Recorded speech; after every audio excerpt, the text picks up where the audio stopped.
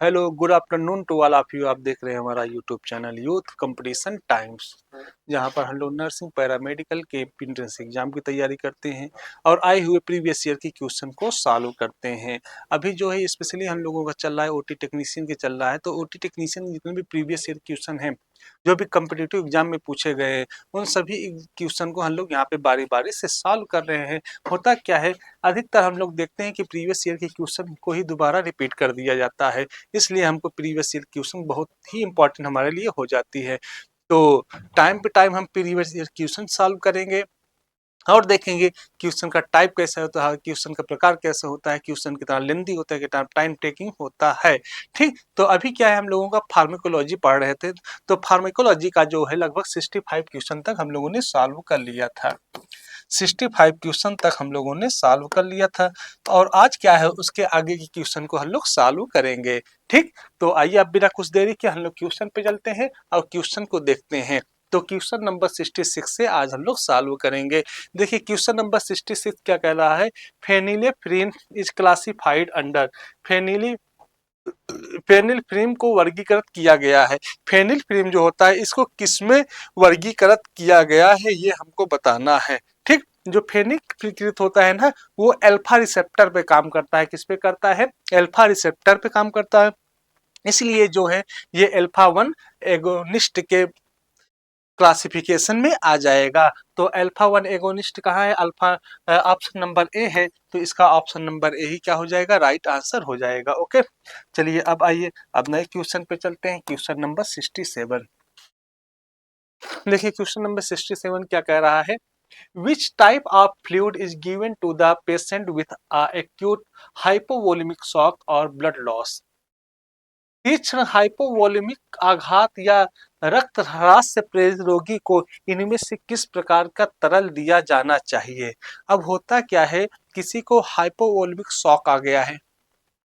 Hypovolemic shock का मतलब क्या होता है, जब हमारे बॉडी से फ्लूइड बहुत ज्यादा निकल जाता है। अब वो फ्लूइड कब निकल सकता है कि कुछ कंडीशन है, या किसी का एक्सीडेंट हो, एक्सीडेंट हो। अब एक्सीडेंट हो गया, हमारे बॉडी से फ्लूइड निकल गया, तो उस कंडीशन में हाइपोवोलेमिक शॉक हो सकता है। या किसी को डिहाइड्रेशन हो रहा हो, डिहाइड्रेशन हो रहा हो।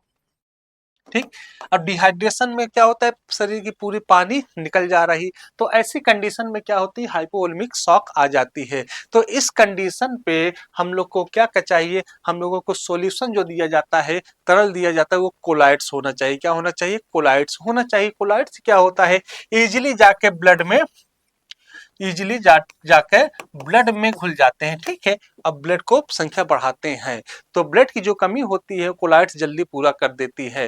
तो इसका ऑप्शन देखिए, पहले का है क्रिस्टो, ये नहीं होगा, क्रिस्टलाइट्स नहीं होगा। ऑप्शन नंबर बी क्या कह रहा है? कोलाइड्स, जो ऑप्शन नंबर बी इसका क्या हो जाएगा? राइट आंसर होगा। ओके, चलिए आइए क्वेश्चन नंबर 68 देखिए क्या कह रहा है।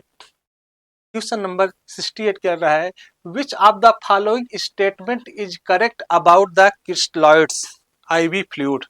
निम्नलिखित में से क्रिस्टलॉइड आईवी फ्लूइड के बारे में कुछ कथन दिए गए हैं, कौन सा कथन सही नहीं है ये हमको बताना है।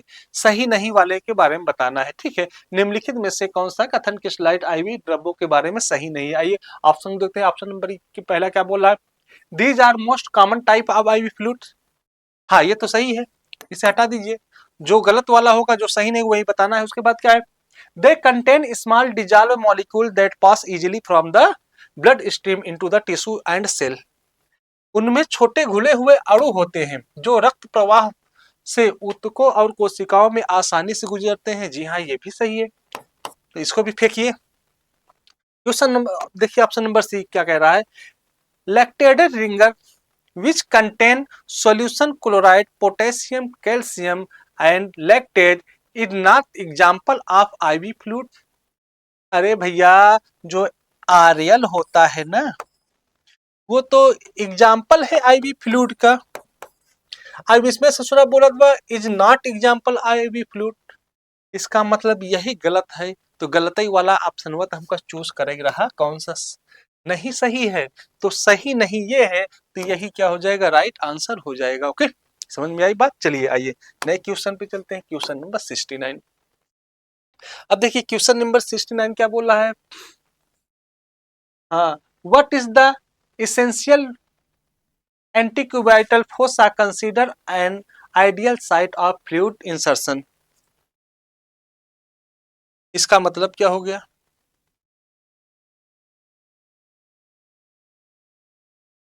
इसका मतलब हो गया द्रव सम्मिलन के लिए एक आदर्श साइट माने जाना वाला एंटी क्यूबिटल फोसा क्या है। एंटी क्यूबिटल फोसा का मतलब होता है जहां से हम अच्छी तरह से क्या लगा ले, अपना वेनफ्लाम लगा ले, और वहां से जितने विद्रव्य होते हैं, फ्लूइड होते हैं, अच्छी तरह से जाते हैं। जो हम लोग लगाते हैं कैनुला लगाते हैं ना, कैनुला लगाते हैं, ये कैनुला लगाने का सबसे बेहतर साइट क्या है, यही हमको बताना है। ठीक, कैनुला लगाने का है। देखिए कैनुला लगाने के लिए क्या ऑप्शन, देखिए easy to find accommodate larger IV band. IV, बड़े आईवी को ढूंढना और समायोजित करना आसान होता है। जी हाँ, यही ऑप्शन सही होगा। क्यों सही होगा, देखिए जो फोसा क्या होता है, एंटीक्यूबिटल फोसा होता है ना, उसका जो वेन होते हैं, यहाँ आप लोग देखोगे तो बहुत मोटे वेन होते हैं। ठीक है, तो इस वेन में जो होते हैं, चाहे जितना बड़ा वाला आईवी लगाए था, ऑपरेशन करा था तो बड़ा वाला आईवी चाहिए, 18 गेज की चाहिए, 20 गेज की चाहिए, नॉर्मल चला तो 22 गेज से चल जाए। तो ये वाला एरिया जो होता है सही होता है, तो ऑप्शन नंबर ए क्या हो जाएगा, राइट आंसर हो जाएगा। ओके, चला अब नए क्वेश्चन पे चला, क्वेश्चन नंबर 70। अब एक बार देखा क्वेश्चन नंबर 70 का कहा हुआ। हाँ, what refers to the temperature below 36 degree Celsius which is estimated to occurs unintentionally in approximately half of the patient। 36 degree Celsius के नीचे तापमान को क्या कहते हैं, जो लगभग आधे रोगियों में अनजाने में होने का अनुमान है। ये जो है आधे रोगियों का अनजाने होने में अनुमान, से हटा दीजिए, बस क्वेश्चन को देखिए। 36 डिग्री सेल्सियस के नीचे, अगर 36 डिग्री सेल्सियस के नीचे तापमान होता है तो ऐसी कंडीशन को क्या बोला जाता है, हाइपोथर्मिया बोला जाता है। क्या बोला जाता है, हाइपोथर्मिया बोला जाता है। क्यों बोला जाता है हाइपो, हाइपो का मतलब होता है कम, लेस। थर्मिया का मतलब होता है टेम्परेचर, तो टेम्परेचर कम हुआ मतलब हमारे बॉडी में अगर हमारी टेम्परेचर 36 से नीचे हो जा रही है, तो ऐसी कंडीशन को क्या बोलते हैं, हाइपोथर्मिया बोला जाता है। तो ऑप्शन देखिए, ऑप्शन नंबर ए क्या बोला, नॉर्मोथर्मिया, गलत हो गया। ऑप्शन नंबर बी क्या बोला है, हाइपोथर्मिया। जी हाँ, ऑप्शन नंबर बी इसका क्या हो जाएगा, राइट आंसर हो जाएगा। ओके, चलिए अब आइए आगे बढ़ते हैं और नए क्वेश्चन को देखते हैं, क्वेश्चन नंबर 71। देखिए 71 नंबर क्वेश्चन क्या कह रहा है, what is the name of complication in which the vein becomes swollen due to IV fluid injection. उस जटिलता का क्या नाम है जिसमें आईवी ड्रग इंजेक्शन के कारण नस सूज जाती है, ये हमको बताना है। होता क्या है, जब हम किसी पेशेंट को आईवी फ्लूइड देते हैं तो हाथ में लगाते हैं, नसों में लगाते हैं। कभी कभी क्या होता है, 2-3 जगह 2-3 दिन हो जाता है तो उसमें स्वेलिंग आ जाती है, इन्फ्लामेशन आ जाती है। ठीक, तो उसका नाम क्या है, जो वो इन्फ्लामेशन हुआ है उसे क्या कहते हैं, हम लोगों को बताना है मेडिकल टर्म में। क्या उसे इन्फिल्ट्रेशन बोला जाता है, जी नहीं, इन्फिल्ट्रेशन नहीं बोला जाता है, उसे क्या बोलते हैं, फ्लेबिटस बोला जाता है। क्या बोला जाता है, फ्लेबिटस बोला जाता है। ऑप्शन नंबर बी क्या हो जाएगा, इसका राइट आंसर हो जाएगा। हेमाटोमा भी नहीं होगा, कोलैप्सिंग भी नहीं होगा, वो क्या होगा, option number B phlebitis is the right answer. Okay, देखिए एमपीईबीएससी ओटी टेक्नीशियन एक साथ 2023 का ये क्वेश्चन है। ठीक, आइए नए क्वेश्चन पे चलते हैं, क्वेश्चन नंबर 72। देखिए क्वेश्चन नंबर 72 क्या कह रहा है, fill the blank with correct option अबे भैया करेक्ट ऑप्शन को हमको फिल करना है, ऑप्शन ई बार और यहाँ पे फिल करना है। चलो, the flow rate of fluid through the tube is proportional to the dot of the fluid reservoir. देखो, प्रोफेशनल जो होता है वो ऊंचाई के प्रोफेशनल होता है। किसके प्रोफेशनल होता है? ऊंचाई के प्रोफेशनल होता है। रिक्त स्थान को सही पर ट्यूब के माध्यम से द्रव्य प्रवाह जलाशय के ऊंचाई के समानुपाती होता है। किसके समानुपाती होता है? ऊंचाई के। तो ऑप्शन नंबर ए ही मिल गया, कहीं जाने की जरूरत ही नहीं है। ये भी एक साथ 2023 का क्वेश्चन है। आइए नए क्वेश्चन पे देखिए, क्वेश्चन नंबर 73 क्या कह रहा है। निम्नलिखित में से कौन सा कैटेकोलामाइन नहीं है? कैटेकोलामाइन नहीं है, ये हमको बताना है। देखिए कैटेकोलामाइन कौन सा नहीं है। अगर हम डोपामीन को देखेंगे तो डोपामीन क्या है? कैटेकोलामाइन है, इसे हटाइए। डोब्यूटामाइन भी कैटेकोलामाइन है, इसे भी हटाइए। आइसोप्रेनालिन जो होता है ये भी कैटामाइन है, ये भी हटाइए। उसके बाद क्या बोला? इला फेनाइलेफ्रिन। फेनाइलेफ्रिन जो होता है ये नहीं है, ये एफेड्रिन से है। इसका संबंध कहाँ से होता है? एफेड्रिन से होता है। तो यही ऑप्शन नंबर डी क्या हो जाएगा? राइट आंसर हो जाएगा। आइए चाहिए नए क्वेश्चन पे चलते हैं। Question number 74। क्वेश्चन नंबर 74 देखिए क्या कह रहा है। सुगमा डेक्स प्रोवाइड्स एडिक्वेट रिवर्सल। सुगमा डेक्स किसका प्रभावी रिवर्सल प्रदान करता है? देखो सुगमा डेक्स जो होता है वो रोकुरोनियम वैकुरोनियम दोनों का होता है। किसका होता है? रोकुरोनियम वैकुरोनियम। तो आइए ऑप्शन नंबर ये भी सही है, ये भी सही है, तो ये भी सही हो गया भैया। ये दोनों काज बसाई तो ये दोनों सही है। तो ऑप्शन नंबर सी किसका क्या हो जाएगा? राइट आंसर हो जाएगी। ओके, चलावा क्वेश्चन नंबर 75। क्वेश्चन नंबर 75 देखा क्या कर रहे हैं। Inhalation agent that does not inhibit ciliary activity. वह इनहेलेशन एजेंट कौन सा है जो सीलिएटरी गतिविधि को बाधित नहीं करती है? जो हमारी सीलियरी गतिविधि है उसको बाधित नहीं करती है। हम लोगों को ऑपरेशन के दौरान जब हम इनहेलेशन देते हैं उसी में से एक होता है सेवोफ्लोरेन होता है। ये क्या करता है? कोई बाधित नहीं करता है। तो इसका जो राइट आंसर होगा वो क्या हो जाएगा? Option number is the right answer. Okay, चलिए आइए नए क्वेश्चन पे चलते हैं। Question number 76। अब क्वेश्चन नंबर 76 देखिए क्या कह रहा है। Mannitol is the best describe which of the following statement. Mannitol को निम्नलिखित वक्तव्य में से किसके द्वारा सर्वश्रेष्ठ रूप से परिभाषित किया गया है? मतलब मैनिटाइल के बारे में कुछ वर्ड दिए गए हैं, इसमें से सबसे अच्छा कौन है ये हमको बताना है। पहला क्या है? Causes urine retention. भैया यूरिन रिटेंशन का काजज नहीं होता है, हटाओ इसका, बढ़िया नहीं दिखा दो हम कहीं तो। उसके बाद का इट इज अ कोलाइड, इसको भी हटाओ। It is a crystalloid, ये भी नहीं है। उसके बाद क्या है? It is a osmotic diuretic. जी हाँ, ये क्या होता है? एक प्रकार का ऑस्मोटिक ड्यूरेटिक होता है। जब हमारे ब्रेन में क्या हो जाता है? द्रव्यों की संख्या, द्रव्य बढ़ जाती है जो, ठीक है, तो ऐसी कंडीशन में क्या होता है? ये हम लोग मैनिटाल देते हैं। तो देखो जब द्रव्य बढ़ेगा कहीं भी अगर बढ़ेगा तो प्रेशर आएगा, तो क्या करता है? ये मैनिटाल जाकर वहां के द्रव्यों की संख्या को घटाता है और वहां पे प्रेशर कम हो जाता है। तो इसका ऑप्शन नंबर डी क्या हो जाएगा? राइट आंसर हो जाएगा। ओके, चला अब नए क्वेश्चन पे चल जाएगा। Question number 77। अब देखा क्वेश्चन नंबर 77 क्या कह रहा है। Ringer lactate contains calcium. रिंगल lactate में कैल्शियम होता है। जो रिंगल लैक्टेट होता है उसमें कितना कैल्शियम होता है हमको बताना है। देखो लिंगल लैक्टेट में लगभग 109 मिली इक्वल पर लीटर होता है। कितना होता है? 109 मिली इक्वल पर लीटर होता है। तो ऑप्शन नंबर बी इसका क्या हो जाएगा? राइट आंसर हो जाएगी। ओके, चला आवा नए क्वेश्चन पे चला। Question number 78। क्वेश्चन नंबर 78 का कहा, Ringer lactate is also known as. Ringer lactate का एक दूसरा नाम है, किस नाम से जाना जाता है ये हमको बताना है। क्या वो पोटेशियम लैक्टेट के नाम से जाना जाता है, या हार्टमैन का विलयन नाम से जाना जाता है, या सोडियम क्लोराइड का विलयन के नाम से जाना जाता है, या कैल्शियम साइट्रेट विलयन के नाम से जाना जाता है। देखो लिंगल लैक्टेट होता है वो हार्टमैन विलयन के भी नाम से जाना जाता है। किस नाम से जाना जाता है?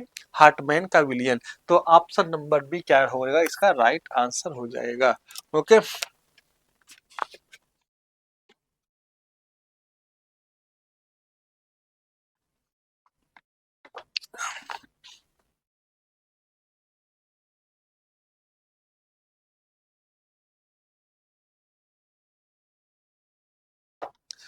चलें आगे चला जाए।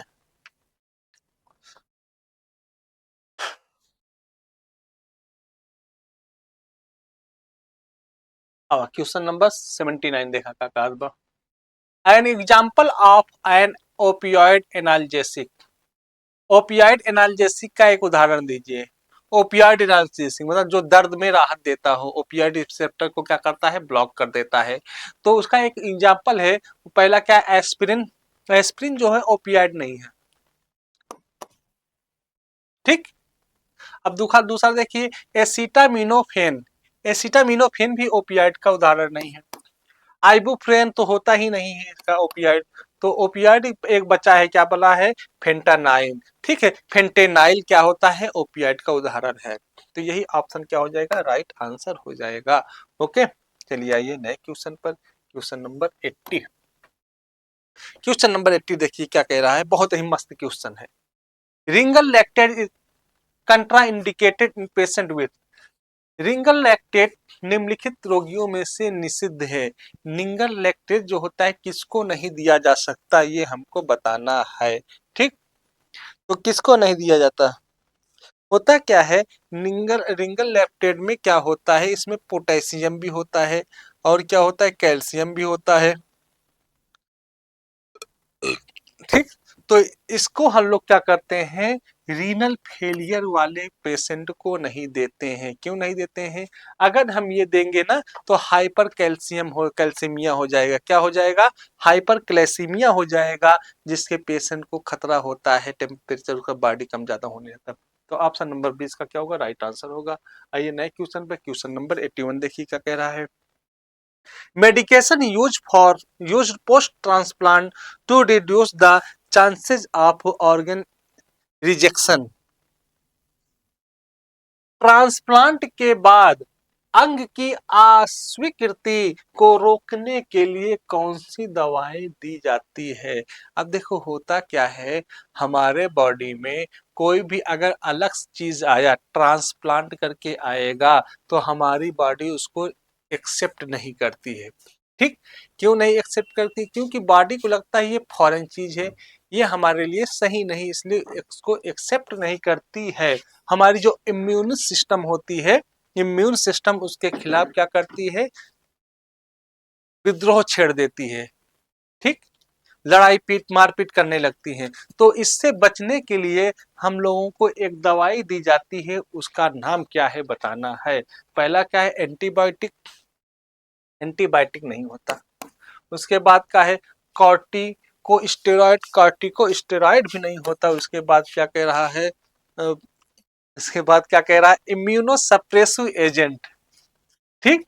इम्यूनो सप्रेसिव एजेंट क्या होता है? जो हमारे इम्यून सिस्टम होता है ना, उसको सप्रेस कर देता है। जब हमारा इम्यून सिस्टम सप्रेस हो जाएगा तो ऐसी कंडीशन में हम लोग क्या करते हैं? ट्रांसप्लांट को कर देते हैं और हमारा इम्यून सिस्टम कुछ कर ही नहीं सकता। तो यही हो जाएगा ऑप्शन नंबर सी, इसका राइट आंसर होगा।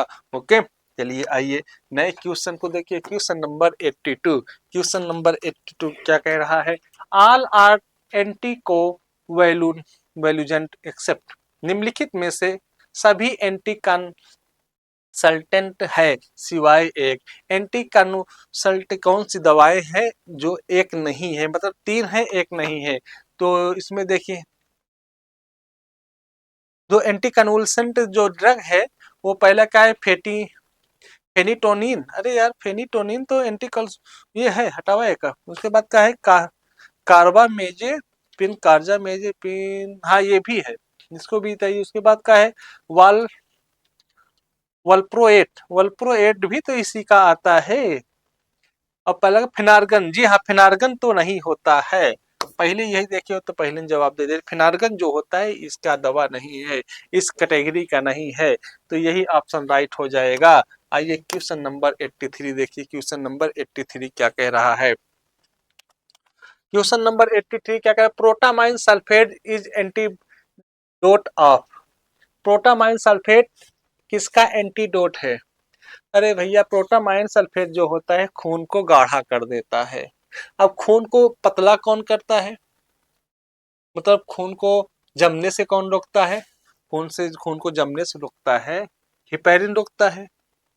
तो यही क्या हो जाएगा, इसका राइट आंसर हो जाएगा। ओके, अब क्वेश्चन नंबर 84 देखा क्या कह रहा है। What at what angle intramuscular injection should be given. Intramuscular injection किस कोण पर दिया जाना चाहिए? भैया इंट्रामस्कुलर इंजेक्शन जो आईएम इंजेक्शन देते हैं वो मसल्स में दिया जाता है, तो उसके लिए हम लोग 90 डिग्री का कोण इस्तेमाल करते हैं। अब जैसे हमको यहाँ देना होता है तो हम लोग ऐसे देते हैं, ना कि ऐसे, ना कि ऐसे देते हैं। ठीक है, आईएम देना होता है तो डायरेक्ट ऐसे 90 डिग्री पे लगा कर देते हैं। अब बैक में देना हो तो बैकों में इसे डायरेक्ट लगा के दिया जाता है 90 डिग्री पर। समझ में आई? तो इसका राइट आंसर वो क्या हो जाएगा, option number C is the right answer. Okay, चला आवा नए क्वेश्चन पे चला जाए, क्वेश्चन नंबर 85। अब क्वेश्चन नंबर 85 देखा का कहा बा, बहुत ही मजेदार क्वेश्चन बा। NEWS से संबंधित 6 शारीरिक पैरामीटर मीटर बताइए। ठीक, NEW से संबंधित जो 6 पैरामीटर हैं वो हम आपको बता देते हैं क्या क्या होता है। पहला क्या हो जाएगा, रिस्पायरेशन रेट। क्या होगा, रिस्पायरेशन रेट हो गया। उसके बाद क्या होगा, पल्स रेट, पल्स रेट। ठीक, उसके बाद क्या हो, ब्लड प्रेशर। ठीक, सिस्टोलिक ब्लड प्रेशर। उसके बाद क्या हो, temperature, level of consciousness, oxygen saturation. ये सब क्या है, NEWS के अंतर्गत आता है।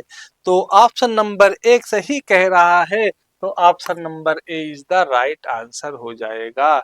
ओके, चलिए आइए नए क्वेश्चन पे चलते हैं। क्वेश्चन नंबर 86 देखिए, क्वेश्चन नंबर 86 क्या कह रहा है। What is the recommended of BLS sequence. अनुशंसित BLS अनुक्रम क्या है? देखो BLS में सबसे पहले हम लोग क्या करते हैं, चेस्ट पे कंप्रेशन देते हैं, उसके बाद एयरवे तब ब्रीदिंग देते हैं ना। तो ऑप्शन नंबर ए क्या कह रहा है, चेस्ट कंप्रेशन, यही ऑप्शन सही हो जाएगा। ठीक, अब नए क्वेश्चन पे चला, क्वेश्चन नंबर 87। अब क्वेश्चन नंबर 87 देखा का काजबा, intramuscular injection is given at. Intramuscular injection दिया जाता है, हमको पता ही है इंट्रामस्कुलर इंजेक्शन 90 डिग्री पे दिया जाता है। तो ऑप्शन को देखिए, 45 डिग्री गलत हो गया, 15 भी गलत हो गया angle, 90 is the right answer. Option number C इसका क्या हो जाएगा, राइट आंसर हो जाएगा। समझ में आई बतिया? चला आगे आवा जाए, नए क्वेश्चन को देखा जाए।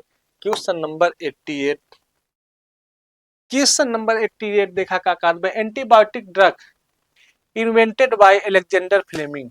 एंटीबायोटिक दवा का आविष्कार अलेक्जेंडर फ्लेमिंग ने किया था। कौन सी एंटीबायोटिक दवा का इस जो आविष्कार किए थे अलेक्जेंडर फ्लेमिंग? अलेक्जेंडर है भैया महान। चलो आओ देखते हैं। सिफेलोस्पोरिन को किए नहीं, ओके का किए रहे, पेनिसिलिन के किए रहे, तो ये गलत हो गया। ऑप्शन नंबर बी का बा, पेनिसिलिन अच्छा ऑप्शन नंबर 2 ही माइए। हाँ हो, पेनिसिलिन के किए रहे, तो इसका ऑप्शन नंबर 2 ही का हो जाए, राइट आंसर हो जाए, ज्यादा भागी जरूरत नहीं बा। ठीक, आवा क्वेश्चन नंबर 89 देखा, क्वेश्चन नंबर 89 का कहा बा, system of storage and transport of vaccine at low temperature from the manufacture to actual vaccination the site is called. निर्माता से लेकर वास्तविक टीकाकरण तक कम तापमान पर टीकों का भंडारण और परिवहन किया जाता है। अरे भैया जो टीका होता है ना, टीका का टीका का भंडारण जहाँ रखा जाता है ले आने ले जाने में, तो कैसा टेम्परेचर रहे चाहिए बतावे बा? का वो कोल्ड चेन रहता है? जी हाँ, वो ठंडे टेम्परेचर में रहता है, कोल्ड चेन टेम्परेचर में रहता है। देखता है ना, उनमें भरा रहा था, उनमें बर्फ उर्फ रखा रहा था, बीच में रखा रहा था ना, मगर वो लिक्विड रहा था, ये ऐसा नहीं ना जम जाता, जमत नहीं ना, तो लिक्विड फॉर्म में रहा ताकि वो अच्छा सा काम असर करे, जो हम लगाई ना तो असर कही जाए। ठीक, तो ऑप्शन नंबर ए ही क्या हो जाएगा, राइट आंसर हो जाएगा। डीप ये भी गलत, ये भी गलत। ठीक, ऑप्शन नंबर ए का हो जाएगा, राइट आंसर हो जाएगा। चला आवा नए क्वेश्चन पर। Question number 90। क्वेश्चन नंबर 90 देखा का काजबा, to increase stability during the transfer of a patient it is important to increase the base of support by. रोगी के स्थानांतरण के दौरान स्थिरता बढ़ाने के लिए समर्थन के आधार को इसके द्वारा बढ़ाना महत्वपूर्ण होता है। देखा भैया, घुटनों का मोड़ना नहीं होता है स्थानांतरण दौरान, पीछे पीठ की ओर झुकना ये भी गलत है, मांसपेशियों पेट के मांसपेशियों को कसना ये भी गलत है, स्पेसिंग द फीट अपार्ट पैर फैलाना, जी हाँ पैर फैलाना इज द राइट आंसर हो जाए। ओके, अब नए क्वेश्चन पे चला। क्वेश्चन नंबर 91 देखा का काजबा, एंटीबायोटिक दवाओं का आविष्कार एलेक्जेंडर फ्लेमिंग ने किया था। हमको पता ही है किस एंटीबायोटिक का आविष्कार किया था, पेनिसिलिन का किया रहा ना, तो ऑप्शन नंबर ए का काजबा, बी का काजबा पेनिसिलिन, तो ऑप्शन नंबर बी इसका क्या हो जाएगा, राइट आंसर हो जाएगा। समझ में आई बतिया? चला आवा नए क्वेश्चन पे चला जाए। क्वेश्चन नंबर 92 देखा का कहत, ये भी क्वेश्चन शायद आ चुका था मगर एक बार देख लेते हैं। निर्माता से वास्तविक टीकाकरण जल तक कम तापमान पर टीकों के भंडारण और परिवहन की प्रणाली को कहा जाता है, कोल्ड चेन कहा जाता है हो। ऑप्शन नंबर राइट है वो। देखा एक बड़ा क्वेश्चन आए बा, ओटी टेक्नीशियन 2016 में आए बा, तो ये इंपॉर्टेंट क्वेश्चन है, फिर भी आ सकते हैं कहीं भी, क्योंकि जो क्वेश्चन एक बार आते हैं वही क्वेश्चन बार बार आते हैं, ये याद रखिएगा। का ऑप्शन नंबर यही क्या होगा, राइट आंसर होगा। आइए नए क्वेश्चन देखिए। Question number 93। क्वेश्चन नंबर 93 देखिए क्या कहा बा, Ringer lactate solution also known as. Ringer lactate RL जो होता है एक दूसरे नाम से भी जाना जाता है, और किस नाम से जाना जाता है यहाँ पे दिया गया, हमको बताना है। पहला क्या है, हार्टमैन घोल, हार्टमैन सॉल्यूशन, जी हाँ वो हार्टमैन सॉल्यूशन के ही नाम से जाना जाता है। ऑप्शन नंबर ए क्या हो जाएगा, राइट आंसर हो जाएगा। नॉर्मल सेलाइन तो एनएस के नाम से जाना जाता है, डेक्सट्रोज डीएनएस ये भी नहीं होगा, वो क्या हो जाएगा, option number A is the right answer. अब नए क्वेश्चन पे, क्वेश्चन नंबर 94। क्वेश्चन नंबर 94 देखा का कहा, medicine administered and in anaphylactic reaction, anaphylactic प्रतिक्रिया में प्रशासित दवाएं क्या होनी चाहिए। अब देखा, जब एनाफाइलेक्टिक शॉक लगत बा तो उस समय हम लोग एड्रेनलिन देते हैं, क्या देते हैं, एड्रेनलिन देते हैं, ताकि उसकी रिदम वापस आ जाए, उसकी जो वेसल्स है थोड़ा जो डायमीटर है संकुचित हो जाए और ब्लड प्रेशर बन जाए, क्योंकि जब बॉडी से फ्लूइड लॉस होता है तो बीपी कम हो जाती है, लो हो जाती है। ठीक, तो हम लोग एड्रेनलिन इन्फ्यूजन देते हैं। ठीक, तो आइए ऑप्शन नंबर देखिए, ऑप्शन नंबर सी में दिया गया है एड्रेनलिन इन्फ्यूजन, तो ऑप्शन नंबर सी इसका क्या हो जाएगा, राइट आंसर हो जाएगा।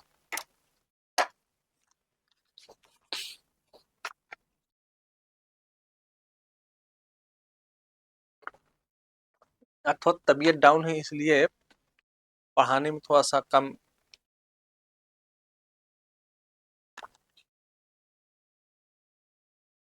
एनर्जी लगा पा रहा हूँ, मगर डजंट मैटर। चलिए आइए नए क्वेश्चन पे चलते हैं। क्वेश्चन नंबर 95 को देखते हैं। क्वेश्चन नंबर 95 देखिए क्या कह रहा है। N example of opioid analgesics. Opioid analgesic का उदाहरण क्या है? ठीक, एस्पिरिन, एस्पिरिन तो नहीं है। एसिटामिनोफेन, एसिटामिनोफेन भी ओपियोइड का एनाल्जेसिक का उदाहरण नहीं है। आइबुप्रोफेन तो है ही नहीं।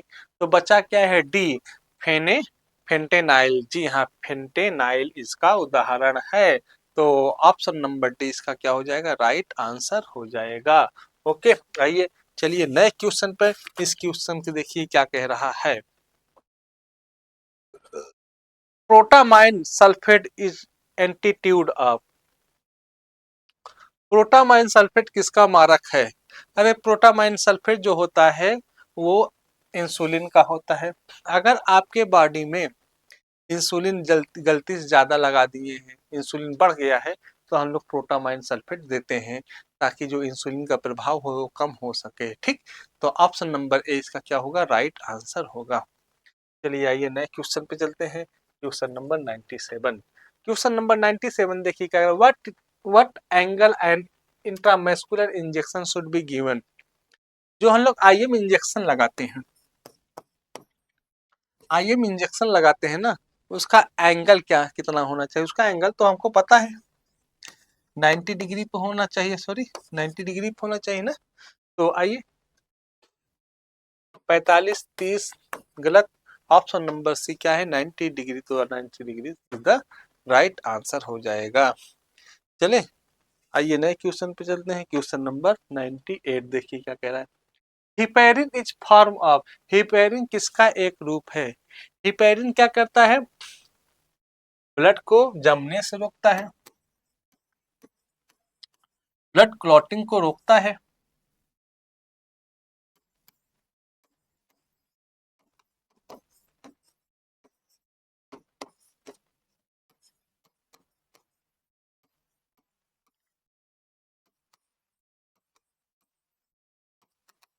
हिपेरिन जो है ब्लड क्लॉटिंग को क्या रोकता है? रोकता है। तो इसका मतलब ये क्या हो जाएगा? एंटी कोगुलेंट हो जाएगा।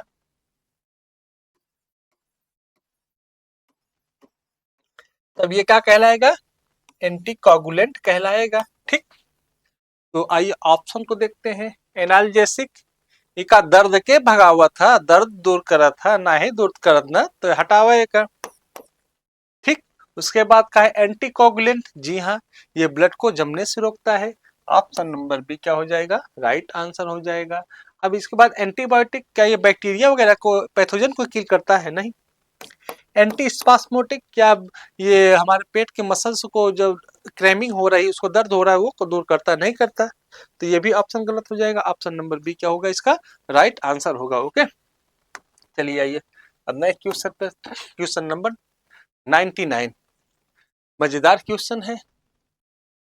जो भी मेडिकल में जो भी प्रैक्टिस कर रहा है उसको पता ही होना चाहिए। क्या कह रहा है?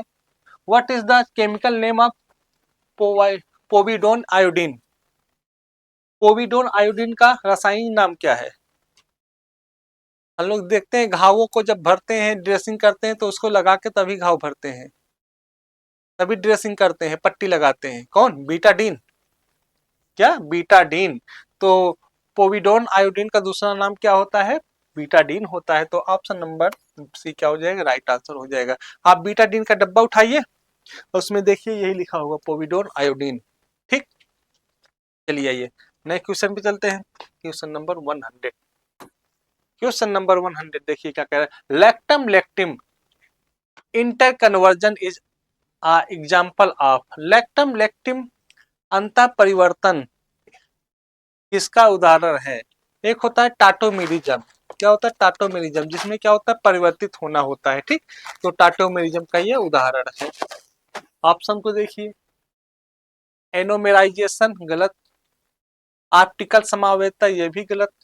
ऑप्शन नंबर सी क्या कह रहा है? टाटोमेरिज्म। जी हाँ, ऑप्शन नंबर सी इसका क्या हो जाएगा? राइट आंसर हो जाएगा। ओके, चला हुआ नए क्वेश्चन पर। Question number 101।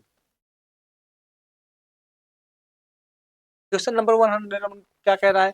Depolarisation muscle relaxant किस तरह से एसिटोकोलाइन पर कार्य करता है? देखो ये क्या करता है, एगोनिस्ट की तरह काम करता है, ठीक है, एगोनिस्ट की तरह कार्य करता है। तो ऑप्शन नंबर ए क्या हो जाएगा, राइट आंसर हो जाएगा। ये जाकर उसके रिसेप्टर पर रुक जाते हैं, रिसेप्टर पे जैसे रुकेंगे तो वो रिसेप्टर क्या होता है, उसका जो सेंसर ब्लॉक हो जाता है। जब ब्लॉक हो जाता है तो कोई एक्शन नहीं होता है, तो ऑप्शन नंबर ए ही क्या हो जाएगा, इसका राइट आंसर हो जाएगा। चलिए आइए अब देखिए 102 का, 102 का ऑप्शन क्या कह रहा है क्वेश्चन देखिए, antibiotic drug invented by Alexander Fleming. ए भैया, अलेक्जेंडर फ्लेमिंग से फिर नहीं हुआ, वही वही किसके बारे में पूछा था, पेनिसिलिन के बारे में। तो पेनिसिलिन तो ही है ना एंटीबायोटिक जिसका आविष्कार फ्लेमिंग ने किए थे, अलेक्जेंडर फ्लेमिंग। तो आओ देखो ऑप्शन, सिफाइलोस्पोरिन, गलत। ऑप्शन नंबर बी क्या कह रहा है, पेनिसिलिन, तो ऑप्शन नंबर बी ही क्या इसका राइट आंसर हो जाए।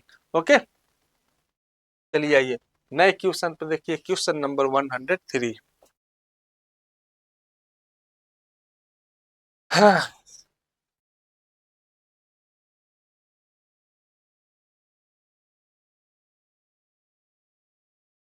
अब क्वेश्चन देखा, विच of the following enzyme contain copper, निम्नलिखित में से किस एंजाइम में तांबा होता है? किस एंजाइम में तांबा होता है, आसान सा क्वेश्चन है। इसका जो राइट आंसर होगा ऑप्शन नंबर ए का हो जाएगा, राइट आंसर हो जाएगा साइटोक्रोम ऑक्सी, ठीक, साइटोक्रोम ऑक्सीडेज में क्या होता है, तांबा हो कॉपर होता है। ओके, तो ऑप्शन नंबर ए क्या होगा, इसका राइट आंसर होगा। तो क्वेश्चन नंबर 104 देखिए क्या कहा हुआ है।